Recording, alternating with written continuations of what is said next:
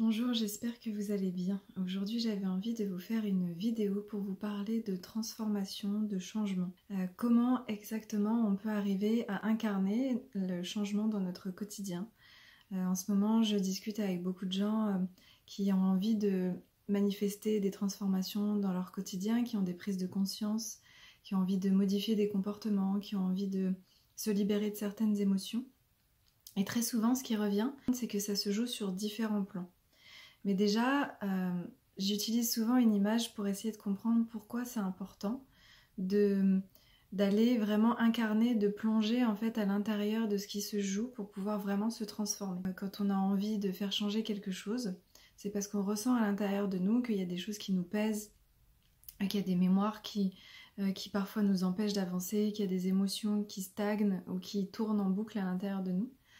Et parfois je prends l'image de cette maison, c'est-à-dire qu'on a une maison dans laquelle on essaie de vivre, dans laquelle on essaye d'être en harmonie. Et souvent, le souci qui se pose, c'est que dans la cave, il y a plein de choses qui sont encombrées.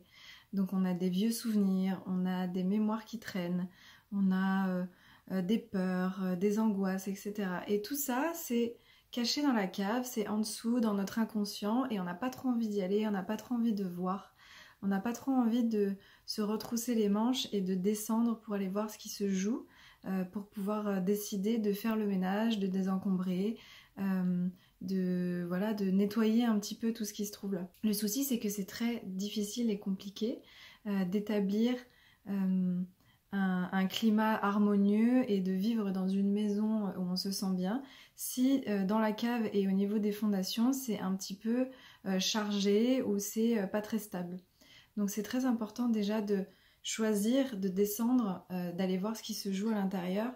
Et ça passe par plein d'outils, des thérapies, des réflexions personnelles, des lectures, etc. Mais en tout cas, vraiment déjà dans un premier temps, aller observer ce qui est là. Ça c'est le travail d'exploration, c'est le travail de vraiment aller voir ce qui se joue, de se mettre dans la peau de quelqu'un qui enquête et qui va se dire « Ok, bon là, je me rends compte que il y a cette mémoire de mon passé qui m'empêche d'avancer, que j'ai tout le temps cette émotion qui revient, que j'ai des croyances qui sont en lien avec ma famille, etc. Et que tout ça c'est là, en dessous, mais que j'arrive pas trop à savoir comment est-ce que je peux les modifier. » Et bien ça va demander un véritable engagement et ça va demander une véritable ouverture de conscience. C'est-à-dire qu'à partir du moment où on a décelé ça, c'est très important d'être conscient au quotidien et de mettre en place des actions pour pouvoir en fait manifester ces changements. Pourquoi des actions? Parce que très souvent quand on a envie d'incarner un changement ou une transformation, on a tendance à l'aborder sur un plan, alors qu'en fait ça se joue sur des plans différents. Souvent, moi je parle de 4 plans majeurs. Donc vous avez le plan émotionnel, c'est-à-dire voir ce qui se joue, observer l'émotion, comprendre quel besoin il y a derrière, traverser ce qui se joue à l'intérieur de nous, ne pas être dans le refoulement, etc. Ça c'est vraiment des indications de notre corps émotionnel qui va nous expliquer un peu ce qui se passe en dedans. Ensuite vous avez le plan mental, donc c'est comprendre en gros ce qui se joue, pourquoi, comment ça fonctionne. Donc ça c'est l'aborder d'un point de vue parfois rationnel ou de vraiment essayer d'aller un petit peu tirer les ficelles, d'analyser, etc. Ça c'est quelque chose en général que les gens font en priorité parce que le plan mental c'est celui qui est le plus utilisé chez la plupart des gens et c'est celui qui nous demande le moins d'introspection entre guillemets. Ensuite vous avez le plan énergétique, donc là on peut se faire accompagner, on peut demander à des personnes de nous faire des soins, on peut comprendre ce qui se joue, si on a des blocages, s'il y a des nœuds karmiques, etc. Ça aussi en général c'est quelque chose qu'on arrive à faire parce que encore une fois c'est plus facile de remettre cette transformation à l'extérieur et de demander en fait à des personnes d'agir sur nous, même si on peut le faire aussi de façon autonome, c'est-à-dire à travers la méditation, le yoga, etc. C'est travailler aussi sur notre sphère énergétique pour accompagner la transformation. Et le dernier plan dont je voulais vous parler et qui est très important et c'est le plus difficile à mettre en place, c'est le plan de la matière. C'est physiquement, dans le concret, comment est-ce que j'incarne cette transformation. Et ça, en général, c'est le plus difficile parce que ça demande un vrai engagement et ça demande de mettre en place des actions concrètes. Des actions concrètes à travers des petits pas ou à travers des grands élans. Chacun après fonctionne comme il a envie de fonctionner. Je vous donne un exemple. Si par exemple vous avez peur de la solitude, que vous avez envie de modifier ce fonctionnement à l'intérieur de vous, vous allez l'aborder sur 4 plans. Donc émotionnellement, ça va vous faire ressentir des choses. Vous allez vous sentir pas bien, vous allez identifier le besoin de sécurité, le besoin d'être en lien avec quelqu'un, le besoin d'être rassuré, le besoin de connaître votre environnement, etc. Là, vous allez pouvoir mettre le doigt sur plein de besoins en lien avec l'émotion que vous ressentez. Vous allez pouvoir traverser les émotions, voilà, à force de savoir le faire. Mais ça, c'est sur un plan. Mentalement, on va comprendre, ok, pourquoi est-ce que j'ai peur d'être seule? J'ai telle croyance derrière, c'est parce que quand j'étais petit, c'est passé ça. Ça met en jeu tel mécanisme. Voilà, c'est vraiment aller décortiquer et comprendre un petit peu ce qui se joue sur le plan mental. Ensuite, sur le plan énergétique, on va pouvoir essayer d'aller, par exemple, renforcer le chakra racine pour tout ce qui est en lien avec l'insécurité. Travailler sur l'amour de soi au niveau du cœur, etc. Donc ça c'est pareil, accompagner en fait le changement énergétique. Et ensuite, comment est-ce qu'on l'incarne concrètement? Donc moi quand je me suis retrouvée face à ça au début de mon cheminement, j'ai choisi de partir faire une retraite de quelques jours, toute seule, dans un centre de méditation bouddhiste où je connaissais personne.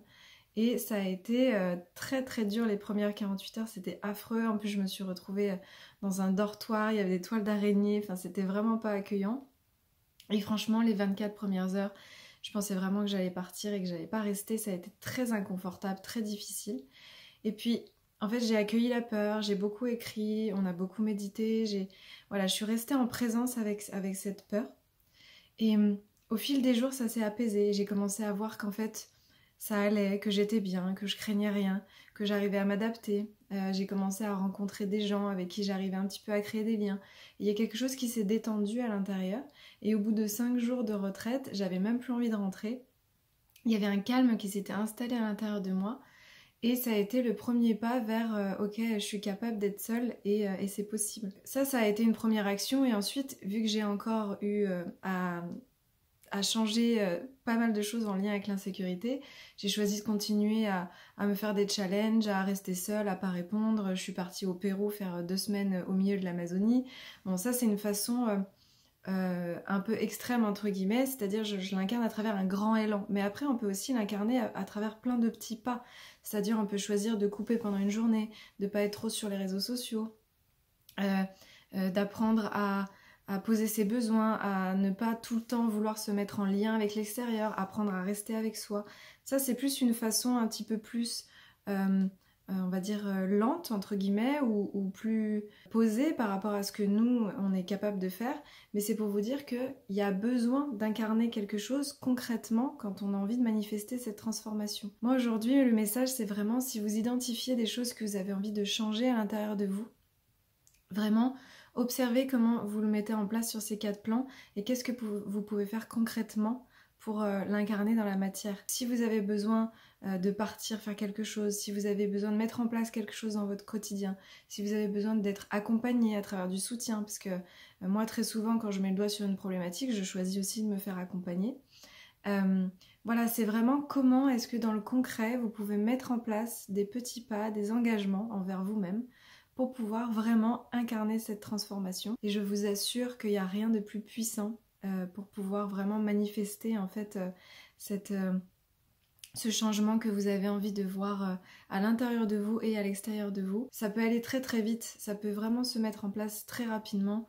Les changements parfois ils peuvent être fulgurants à partir du moment où on assoit un positionnement à l'intérieur de nous, à partir du moment où on s'engage envers nous de vouloir incarner cette transformation. Voilà, j'espère que cette vidéo vous aura éclairé un petit peu. N'hésitez pas à laisser des commentaires, à réagir à tout ça si jamais ça vous fait écho. Je vous souhaite une très belle fin de journée, je vous embrasse très fort et à très bientôt.